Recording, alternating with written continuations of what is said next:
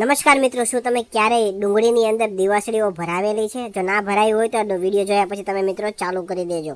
મિત્રો તમારે શું કરવાનું છે, તમારે એક થાળી લેવાની છે અને થાળીને મિત્રો તમારે ગેસ ઉપર ગરમ કરવા માટે મૂકવાની છે. તમારે ગેસ ધીમો રાખવાનો છે અને તમારે મિત્રો આ થાળીની અંદર 1 ગ્લાસ જેટલું તમારે પાણી ઉમેરવાનું છે.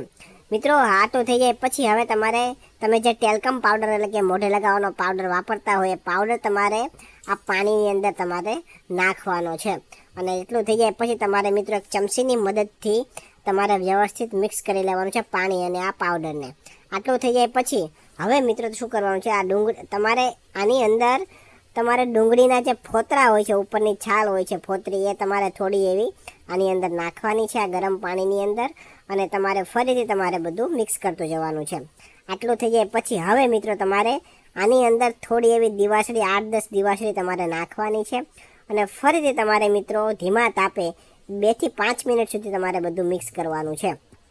હવે મિત્રો આ બધું મિક્સ થઈ જાય ત્યાં સુધીમાં તમારું નામ અને તમારા ગામનું નામ કોમેન્ટ કરીને જણાવી દો, જેથી કરીને અમે તમને સ્પેશિયલ થેન્ક્સ કહી શકીએ. તો મિત્રો લાસ્ટ વિડીયોનું સ્પેશિયલ થેન્ક્સ રાજુભાઈ પઢિયારને પાદરાથી, જસુબેન ગોહેલને અમદાવાદથી, કિરણબેન જોગડિયાને વડલાગીરથી, રેખાબેન જોશીને મહેસાણાથી, MB સોલંકીને ખેડાથી, પુષ્પાબેન ગજ્જરને અમરેલીથી, હેમાબેન ગોસ્વામીને મુંબઈથી, પ્રવીણચંદ્ર પાઠકને શંખેશ્વરથી, અશોકભાઈ સરવૈયાને મોટા સુરકા ગામથી અને કનુભાઈ વાડુને વિસનગરથી જાય છે.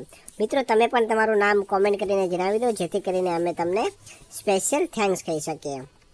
તો મિત્રો આવી રીતના તમારે લગભગ 2-5 મિનિટ સુધી વ્યવસ્થિત આ બધું છે અને તમારે મિક્સ કરતું જવાનું છે. ધીમા તાપે તમારે બધું મિક્સ કરવાનું છે, એકદમ વ્યવસ્થિત ઉકળવા દેવાનું છે.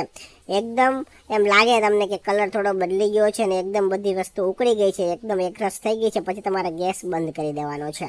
અને હવે મિત્રો આ જે પાણી છે થાળીની અંદર એને તમારે મિત્રો ગરણીની મદદથી તમારે હવે ગાળવાનું છે. એટલા માટે કોઈ તમારે વાટકો લેવાનો છે, તેની અંદર તમારે ગરણીની મદદથી આ પાણી છે એ તમારે અલગ કરી લેવાનું છે અને બાકીનું જે પાંદડા ને એવું બધું છે દિવાસળી એને તમારે અલગ કરી લેવાનું છે.